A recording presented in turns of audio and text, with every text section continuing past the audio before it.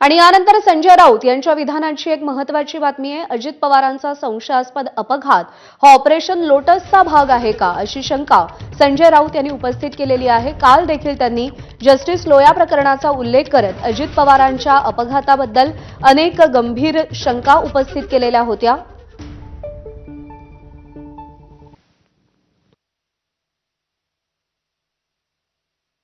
अजित पवार हे भारतीय जनता पक्षाला सोडून परत शरद पवारांकडे आले असते तर तो भारतीय जनता पक्षाच्या ऑपरेशन लोटसचा सगळ्यात मोठा पराभव ठरला असता। त्याच्यामुळे अजित पवारांचा संशयास्पद विमान अपघात हा सुद्धा ऑपरेशन लोटसचाच भाग आहे का असा लोकांनी प्रश्न विचारलेला आहे। ऑपरेशन लोटसचा भाग आहे का तो? इतक्या निर्घृण पद्धतीने देशात राज्यकारभार सुरू आहे। कोणालाही आपल्या जीवाची शाश्वती नाही। जो भारतीय जनता पक्षाच्या विरोधामध्ये जाईल तो एकतर तुरुंगात जातो किंवा जीव गमावतो। अशा प्रकारचं वातावरण या देशामध्ये आहे।